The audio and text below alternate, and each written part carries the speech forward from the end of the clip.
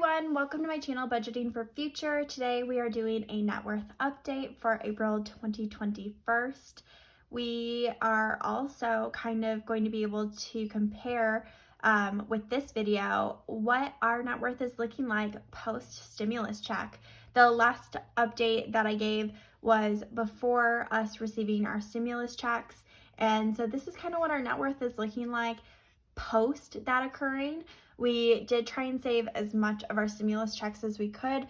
I think we were able to save about $3,100 of this. And we've also paid down some debt since the last time that we did our net worth update. So we're actually going to see one debt completely removed today.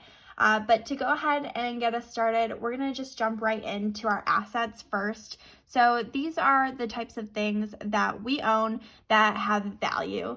Some of those things are going down in value, but a lot of them are going up in value. There are things that if we needed cash, we could sell them. Maybe not super fast, but it would definitely be possible. So depending on some of these assets even have debts against them, so we will definitely be showing you a little bit later what debts we have and what they're associated with, but let's go ahead and jump right into these assets. The first are our homes. We currently own a primary house as well as a rental property.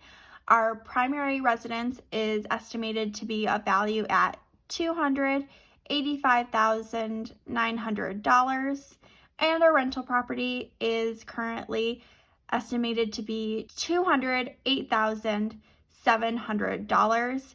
We do get these estimates from realtor.com. That's how we decide to choose to estimate our houses. Our property values have gone up quite substantially since us purchasing them. We originally bought this first house for $155,000, and our current house that we live in at $223,000. So definitely a lot of appreciation has occurred in the past years. Next up is a car that we own. My personal car is currently valued at $19,280. It's actually interesting. The used car market is actually booming right now. It took a little bit of dip there for a minute, but my car actually appreciated in value over the last month, which is kind of crazy to think. I obviously would never know how much the car is actually worth unless you sell it, but it is interesting because typically this is a depreciating asset, and this time around it actually has appreciated, mostly due to the market, but obviously all of our assets are really affected by how the market is going in all of their respective areas. Next up is our 401k, which has also obviously appreciated quite a bit with the stock market specifically. We currently have $17,047 in there. We also have a personal bank account. This has all of our personal emergency fund as well as our sinking funds, and I think we're working on saving up for another house, and it also has a little bit of a down payment sinking fund started as there as well. That currently has $15,764.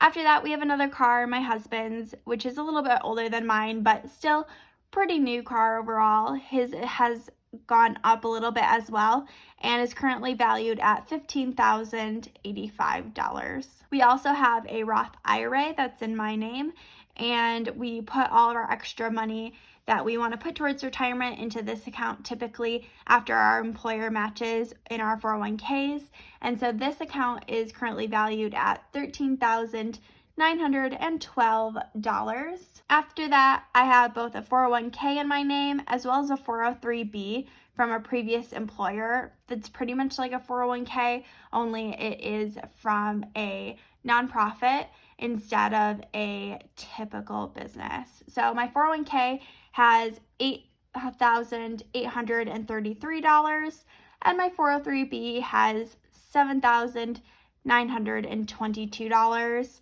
I know I should probably be rolling over my 403b into my 401k. That way all my money is in the same place, But because of the nonprofit that I worked for, they actually had really excellent retirement accounts, and I don't pay any fees on this money. I haven't contributed to it in the past 2 years.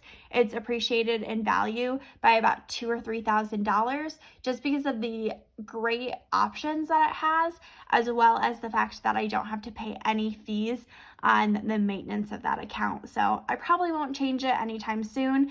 Maybe one day when my 401k is worth a lot more and $7,000 seems like a lot less money, maybe I'll roll it over at that time. But as of right now, I feel good about keeping that money separate. We also have a business, and that business has its own bank account that currently has $5,469. That business is for the rental property that we own, and it does have just about the right amount for its emergency fund, which is, I want to say, 5 months of expenses. Next up is a brokerage that we have. Now, this is money that is invested into the stock market, but is not yet tied to any 401ks or really any sort of retirement accounts. And if we wanted to sell that stock tomorrow, we could. Most of it's actually ETFs, as well as index funds, but that currently has $2,453 in it. We haven't put any money in this in about 6 months, and it's actually gone up in value about $300. So that's kind of cool to see our money working for us without us really actively putting any extra in right now. We also have a health savings account, which, depending on how you look at it, is or is not a retirement vehicle. As of right now, we mostly use our health savings account to pay for health expenses, but in the future, if this account were to grow quite a bit, it could be used as retirement money in the future. But right now it's sitting at $978, so it'll probably mostly pay for different medical expenses that come up throughout this year, next year, or maybe even the year after. Now, our assets are really nothing without our debts, because that really gives us a good idea of all of the different liabilities that we have that affect our net worth. So our debts, we have been working on quite a bit this year. I've definitely been fast paying a car loan, but now that is over, it's over, by the way, so you won't see it here today. We do have a few extra debts that we're now focusing more on slow paying.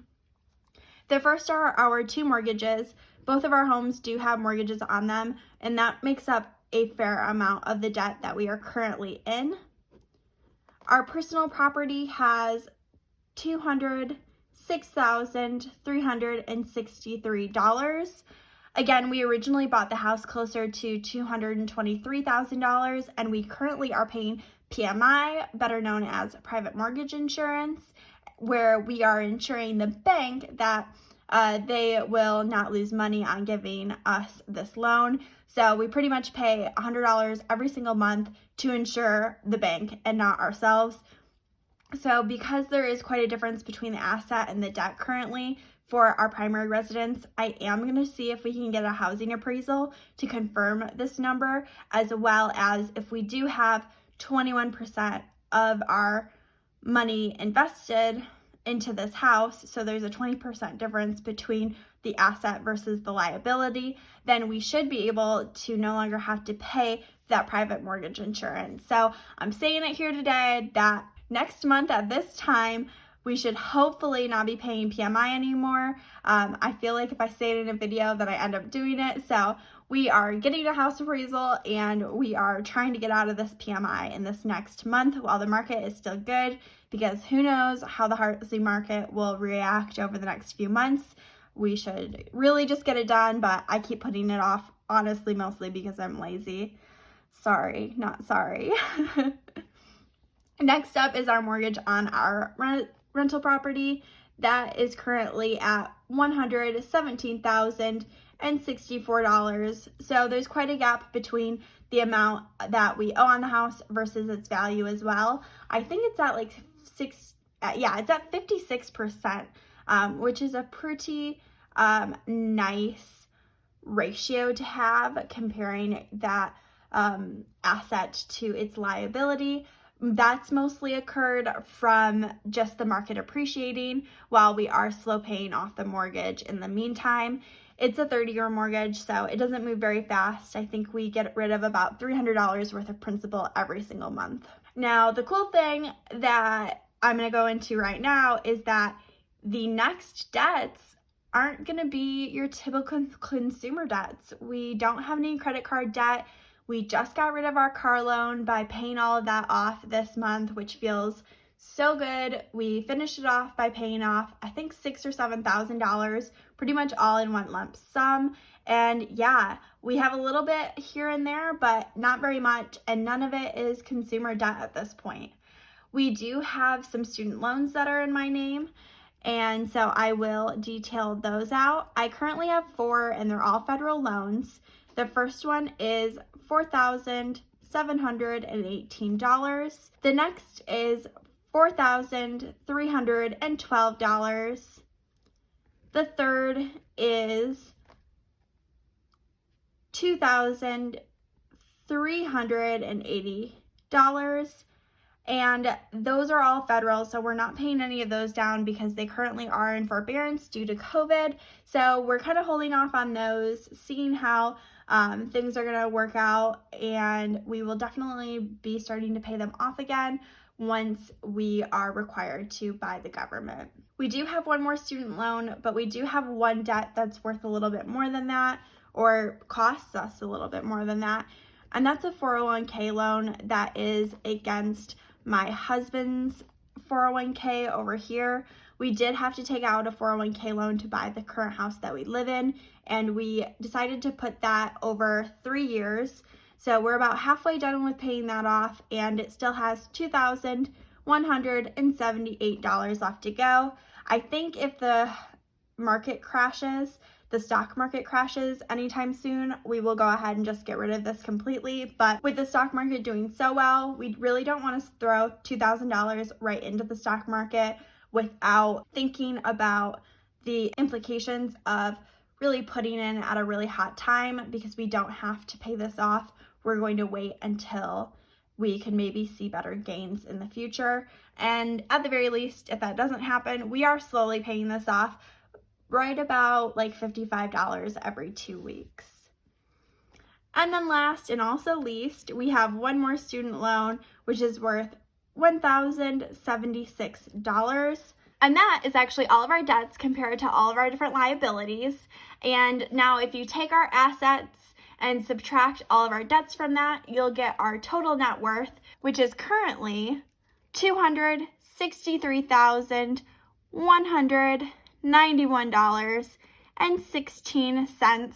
My calculations have all of the extra cents in there, so if you try and do the math yourself, you probably won't get to that exact number, but that is in fact what it is.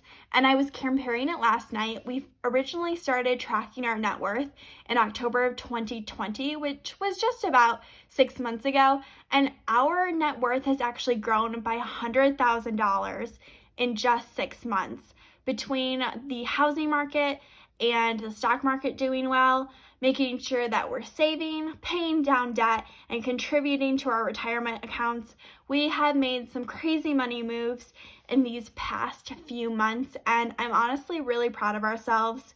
Year to date, we've increased our net worth by $68,000, and I do have somewhere in here, I have how much we ended up having in March. So in March, before receiving the stimulus check, our net worth was just over $200,000, and in just a month alone, it's appreciated by $60,000, which is insane. So I definitely feel like the stimulus has helped not only us, but probably keep all of the different markets that affect our net worth up. And yeah, you'll have to let me know if you have any thoughts about the stimulus and the impacts of it on not only the US markets, but also your personal finances. It's hard because for me, it's like, cool, we got that extra money, but is it making it so that our houses are overvalued? Are our stocks and index funds and all those good things also overvalued? And when is there going to be a correction? That is kind of the big question that has been being chatted about quite a bit in my household. So I would love to know if you have any thoughts yourself. And yeah, I hope you have a fantastic rest of your day. Bye.